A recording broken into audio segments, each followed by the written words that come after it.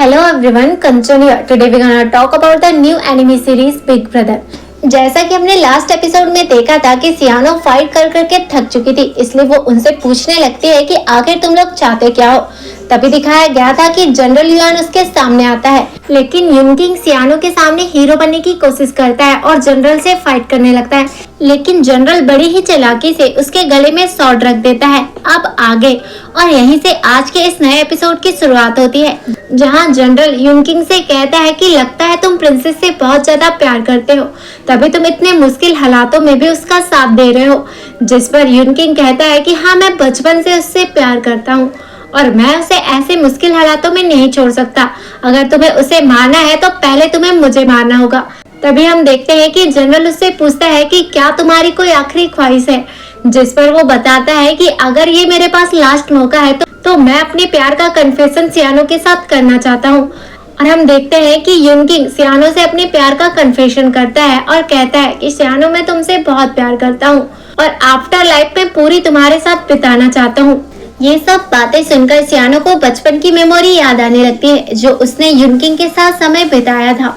तभी हम देखते हैं कि वो कुछ सोचकर कहती है कि मैं तुम्हारा साथ नहीं दूंगी। ये बात सुनकर तो युनकिंग के होश ही उड़ जाते हैं और साथ ही वहाँ जितने भी लोग होते हैं वो भी हैरान हो जाते हैं।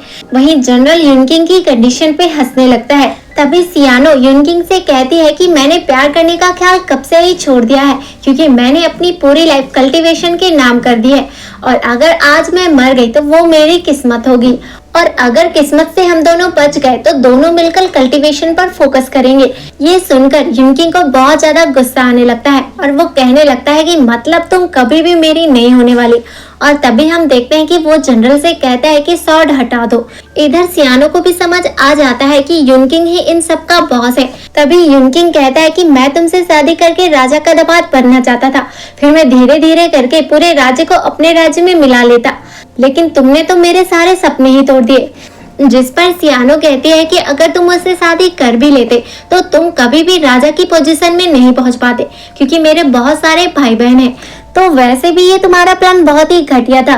तभी हम देखते हैं कि सियानो अपने तलिस्मान को निकाल लेती है और उनसे बात करते करते ही उसे एक्टिवेट करके वहां से भाग जाती है और इस तरह से वो जॉन के पास पहुंच गई थी। यहाँ जॉन भी सोच रहा होता है कि मैं कब तक इसे संभालते बैठूंगा, तब तक तो मेरी हर्ब्स भी उस एसिड रेन में जल जाएंगी।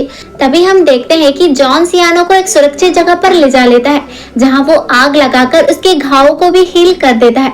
तभी हम देखते हैं कि सियानो को भी होश आ जाता है और वो समझ जाती है कि जॉन ने ही उसकी जान बचाई है और मन ही मन में कहने लगती है कि जॉन कितना अच्छा इंसान है। तभी वो जॉन से पूछती है कि आखिर तुम्हारी वो बीमारी का क्या हुआ जिससे तुम किसी औरत को टच करते हो तो अकड़ जाते हो, तो क्या वो तुम्हारी बीमारी ठीक हो गई? जिस पर जॉन को कुछ भी समझ नहीं आता कि अब वो क्या कहे, इसलिए वो वहां से भागना ही मुनासिब समझता है।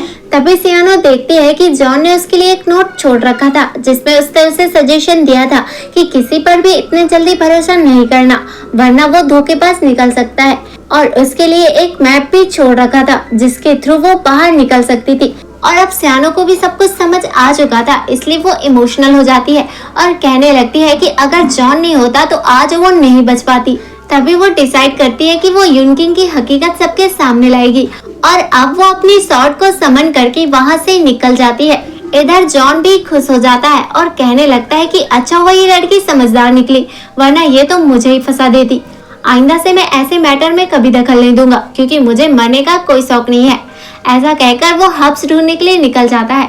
तभी हम देखते हैं कि जॉन जमीन में एक पंच मारता है, जिसकी वजह से वहाँ एक एनर्जी फ्लो होने लगती है। दरअसल जॉन करीब 10 दिनों से एक सियानजी हब्स को ढूंढ रहा है, जो बड़ी ही स्पेशल है, जिसके रिफाइनिंग पॉइजन से एक इमोर्टल भी मर सकता है।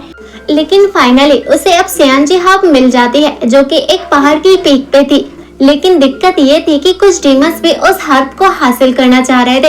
इधर हम सियानो को देखते हैं, जो काफी आगे निकल चुकी थी, लेकिन वही लोग उसके पीछे पड़े हुए थे जो उस पर अटैक कर रहे थे, जिसकी वजह से सियानो काफी ज्यादा इंजर्ड हो गई थी। इधर जॉन भी काफी ज्यादा इरिटेट हो गया था और खुद को ही कोसने लगता है कि मैं आखिर इस लड़की से मिला ही क्यों।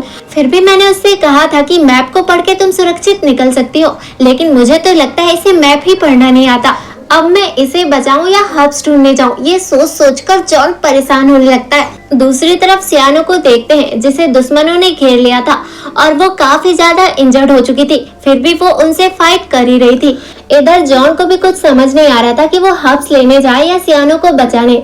अगर वो सियानो को बचाने गया तो उसकी कल्टीवेशन लेवल को सब जानने लगेंगे, क्योंकि वो इतने दिन से सभी से छुपाते आया है। और अगर हर्ब्स लेने नहीं गया तो वो मॉन्स्टर उसे खा लेंगे। दूसरी तरफ हम सियानो को देखते हैं जो दुश्मनों से फाइट कर रही होती है। तभी हम देखते हैं कि वहाँ पर एक फॉर्मेशन क्रिएट हो जाता है और जॉन उसे इंस्ट्रक्शन देता है और सियानो उन इंस्ट्रक्शंस को फॉलो करके दुश्मनों से फाइट कर रही होती है। दूसरी तरफ हम जॉन को देखते हैं जिसने एक पिल को कंज्यूम कर लिया था। ये वही पिल थी जो हर्ब्स में जो पॉइजन होता है उसे डिटॉक्सिफाई कर देती है। दूसरी तरफ हम जनरल को देखते हैं जो यूनकिंग से कहता है कि आज हमें सियानो को खत्म करना होगा, लेकिन यूनकिंग दिल से सियानो को नहीं मारना चाहता था। तभी हम देखते हैं कि जनरल सियानो पर अटैक कर देता है, लेकिन सियानो अपनी शॉर्ट डिफेंस से उसे डिफेंड कर देती है। तभी हम देखते हैं कि जनरल सियानो पर फाइनल अटैक करता है, जिसकी वजह से सियानो ऊपर फ्लोट करने लगती है। और तभी हम देखते हैं कि वो सारे दुश्मन उसे पकड़ने के लिए आने लगते हैं, लेकिन तभी उनके सामने एक स्नेक आ जाता है और ये बात जॉन पहले से जानता था और यही तो उसका प्लान था। दूसरी तरफ हम जीव को देखते हैं जो अभी भी उस ड्रैगन एरे में फंसी हुई थी और इधर हम देखते हैं कि वॉन्चिंग और यान को भी होश आ गया था। इधर जीव भी कहने लगते हैं कि पता नहीं मेरे बाकी के डिसेबल किस हालात में होंगे, क्योंकि मैं इस ड्रैगन एरे की वजह से उन्हें देख भी नहीं पा रही हूँ। तभी हम देखते हैं कि वहाँ पर दो इमोर्टल की लाशें आकर गिरती है, जिसे किसी सीनियर के पाम ने मार दिया था। तभी जीव सोचती है कि ये काम कहीं मेरे सीनियर का तो नहीं। तभी हम देखते हैं कि वो ड्रैगन एरे भी डिस्ट्रॉय हो जाता है और तभी वहाँ पर दो एल्डर्स आते हैं। तभी एल्डर जियांग कहते हैं कि हमारी प्यारी जीव ने मुझे याद किया और हम चले आए।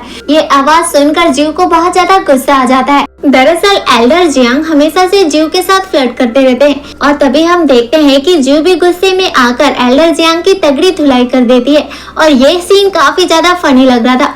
तभी हम देखते हैं कि एल्डर युआन जीव से कहते हैं कि मैं अभी इमोर्टल नहीं बना हूँ, इसलिए मैं बाइजुली जंगल में कोई भी एक्शन नहीं ले सकता, इसलिए तुम्हें ही हमारी मदद करनी होगी जॉन को ढूंढकर। तभी एल्डर जियांग कहते हैं कि तुम चिंता मत करो, हम तुम्हारी पूरी मदद करेंगे। दूसरी तरफ हम सियानो को देखते हैं जो सभी को उस स्नेक के सामने फंसाकर वहां से भाग जाती है, लेकिन यूनकिंग ने सियानो को देख लिया था, इसलिए यूनकिंग सियानो के पीछे लग जाता है और अब हम देखते हैं कि यूनकिंग और सियानो के बीच तगड़ी फाइट होने लगती है। इधर जॉन ने भी सियानो को बता दिया था कि भले ही वो तुम्हारा सीनियर है, लेकिन तुम उसे थोड़ी देर तक रोक सकती हो। दूसरी तरफ हम उस जनरल को देखते हैं जो उस स्नेक से फाइट कर रहा था और दिखाया जाता है कि जनरल ने अपनी शॉट से स्नेक पर वार किया था, जिससे उसका पॉइजन अटैक डिस्ट्रॉय हो गया था। और इसी सस्पेंस के साथ आज के इस एपिसोड का एंड हो जाता है। अगर आपको ये एक्सप्लेनेशन पसंद आया तो वीडियो को लाइक और चैनल को सब्सक्राइब करके हमारा मोटिवेशन लेवल जरूर बढ़ाइएगा।